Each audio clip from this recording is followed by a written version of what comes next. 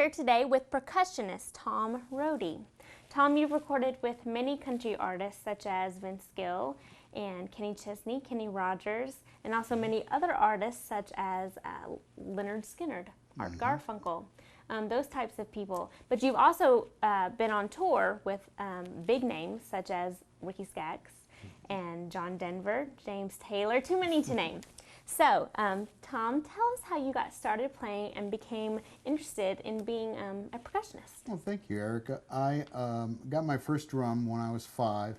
I bugged my parents. I was a big fan of Spike Jones and his City Slickers. They were kind of like the Frank Zappa and his mothers of the 50s, and everybody hit something in that band. Everybody played percussion.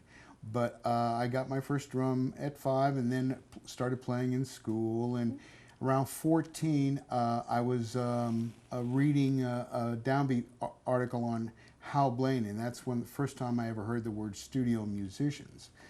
And I thought, wow, that would be really nice to do that. And about the same time as that, I also got into conga drums.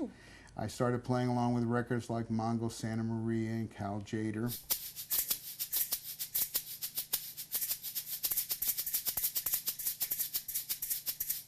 And then I went to college, played through college, and then in '72 I got the opportunity to play with Phil Driscoll, the Christian artist. And we went to Memphis to do some recording, and I met someone there, and he convinced me to come back down to Memphis to record. And I met guys on those sessions from Muscle Shoals, Alabama. So they talked me into moving to Muscle Shoals, and I was starting a studio musician career then. Tom, can you show us some of the more unusual instruments that you have? I'd be glad to. This is my Black Swan drum. It's a combination of a cajon, but it has a head on it like a tom-tom.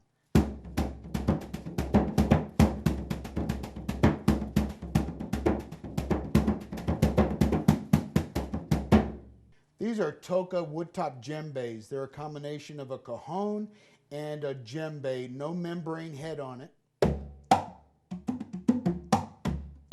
Good for acoustic music.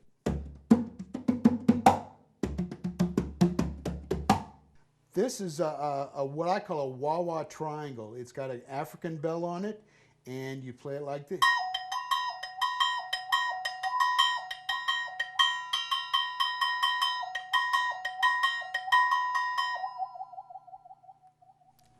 Well, Tom, you've been a part of so many different types of recordings. Tell us about some of the more interesting sessions that you've been a part of. Well, I was very fortunate to play on sessions at Muscle Shoals Sound. Those are memorable sessions. I got to work with the late Jerry Wexler on a lot of projects, from Etta James to Smoke from a Distant Fire, the Sanford Townsend Band. That was actually my first top 10 record. And then working with Art Garfunkel down in Muscle Shoals, we did an album called Watermark that was all Jimmy Webb tunes. He wrote Up, Up and Away and all that, and he was on the sessions also. And Art taught me quite a bit. He taught me really to follow lyric and try to support lyric by what I'm playing. One of the songs was a song called Marionette, and I brought out some bamboo wind chimes, and he says, no, puppets are like solid. So I thought, okay, so I strung 30 of Roger Hawkins' drumsticks and used that and they were solid. So he just taught me, Art actually taught me to follow lyric, and a lot of times I'll support it in that way.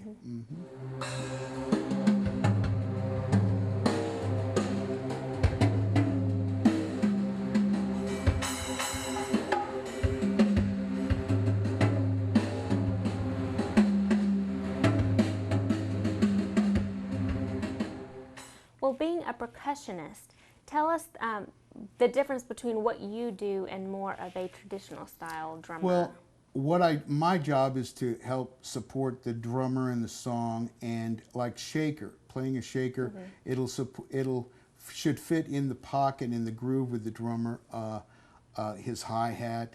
The congas will fill in kind of in between the bass. You have to actually be supportive of the song, high-end things, what they call like the sparkle or the sweetening thing, like marked trees and finger cymbals and triangles and that.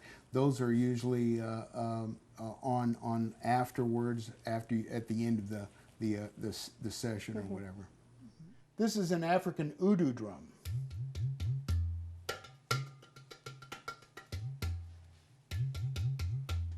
This is a Middle Eastern drum called darabuka.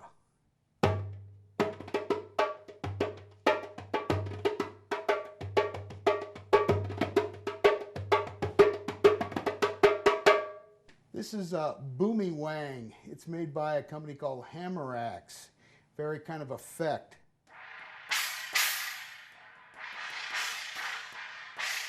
Kind of limited, but.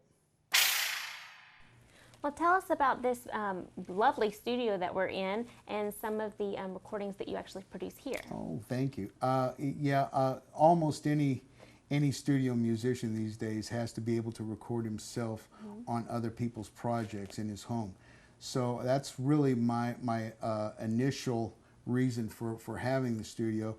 But I've also done songwriter demos, and I just co-produced a record last year on a bluegrass group called Keep the Change, and really had a great time doing that. I like recording acoustic instruments, and I'm getting it down.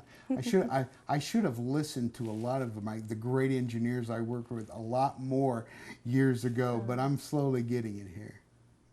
Hi, I'm sitting here working on another Will McFarlane tune, and want to thank you for coming by. I'm just going to get busy here.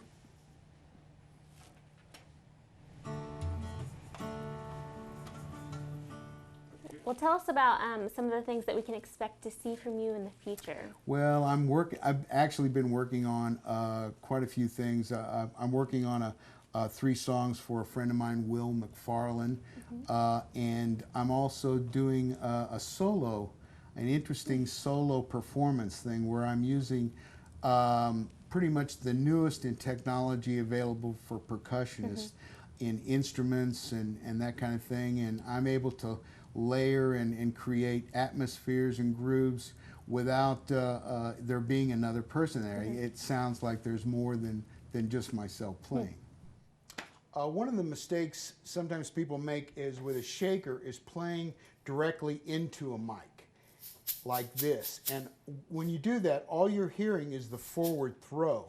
A much better way is to approach it from the side so you get the forward and backward stroke.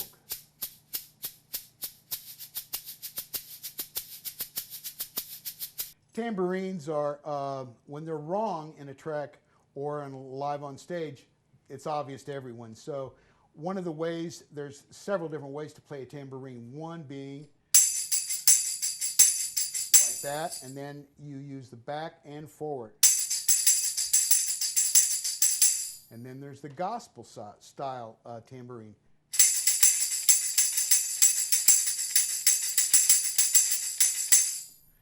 And then you can do it also with a headed tambourine, which is really gospel.